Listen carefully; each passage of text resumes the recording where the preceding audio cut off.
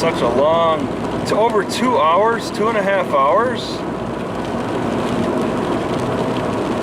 I'm not sure if the camera's got the battery for that. I got it plugged into my car, but it doesn't seem to like to charge.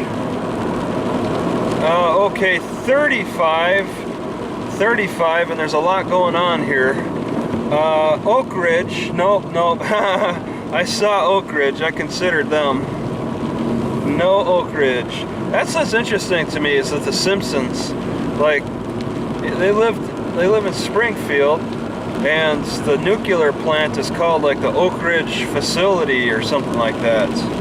So it sounds kind of like Matt Groening had experience around Springfield area.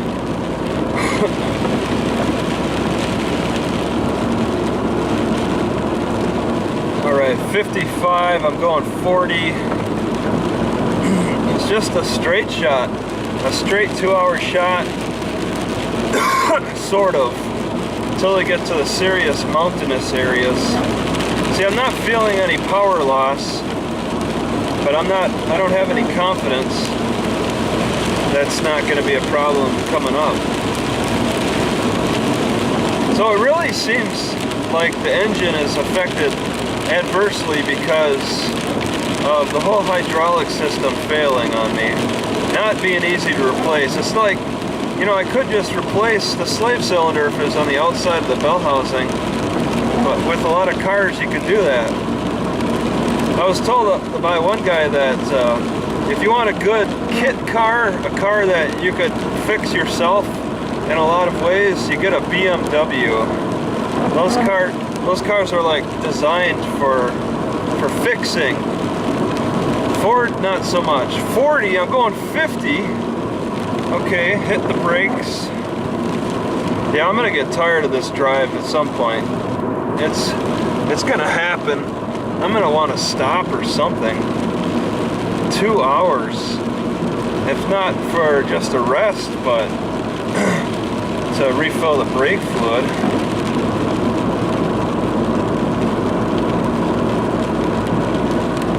Check engine light's been on for 6, 7, 8 years. Ever since I got the car. Almonds, pistachios, yeah. Pomegranates, persimmons.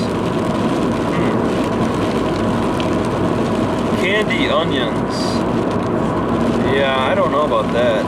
It's probably just an onion that's sweeter. Onions are tough to eat. They're a real tough root.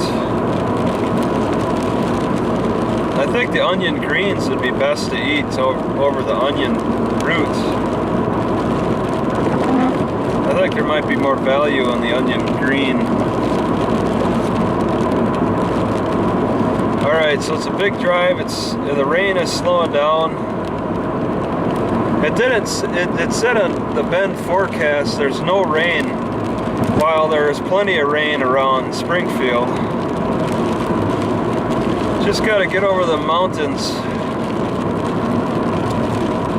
Or barely any rain, I don't know. It's reduced rain. I was hoping it'd be in a rain shadow, but maybe not. Am I going too slow? Jasper Mountain Center in 1/4 mile. Little turnout here, a little too soon for me. Yeah, I was having slight breathing problems. Slept in the car all night and sat in the car until 9 a.m. Get out, start walking around, and notice I really developed a breathing problem. It rained all night last night. I had a window slightly down just for some air. That's not good enough. I've had, one time I had breathing problems similar in Rice Lake, Wisconsin, where I really did get pneumonia, but it affected like my left lung. It was hard to breathe and everything was swelling. I think that happened in the winter, but I can't remember exactly. But Yeah, this rain is something else. It's really a challenge to the health. Am I going too slow? Jeez.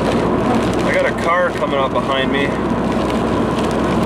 45 it says on this curve. Every time I want to pick up, it's like you gotta slow down. 45, okay, I'm going 45. That car turned. It's like, I ain't going that way. You're crazy to go this way.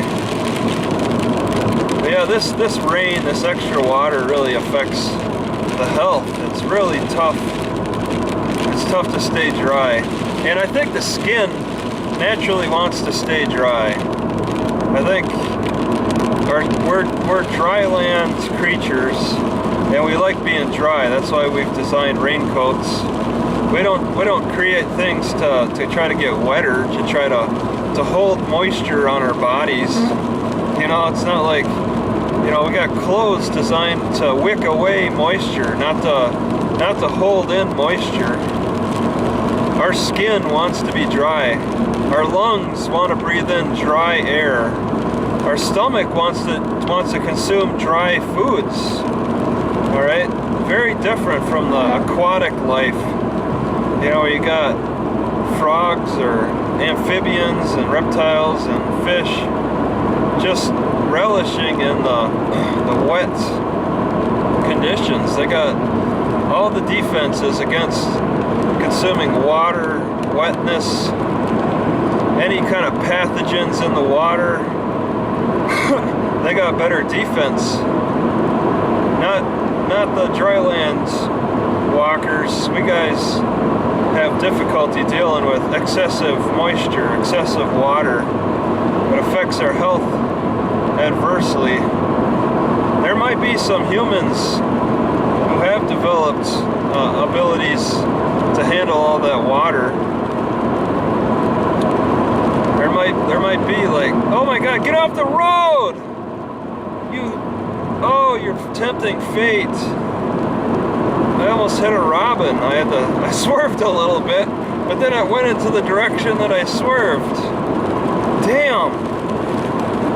I really hate to see him die. I hate to be the one to want to kill him.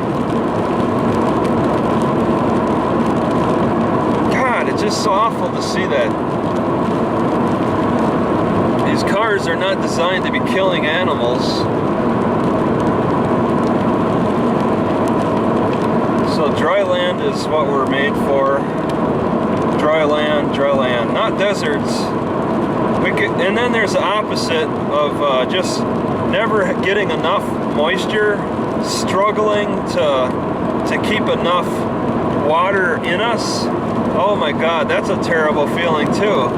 There's a terrible feeling of excess water and a terrible feeling of not enough, dry mouth, being too dry, blood thickening from dryness. It's a concern to find that balance, the balance of your body. And there's people who, you know, there's people who can handle the excess water. There's people who can handle the excess dryness. It's slight. We're not all equal. It's slight, but it's there, I'm sure. It's especially noted in the skin. I mean, darker people are more likely to handle excess dryness, as far as I'm observing. So it's something to consider.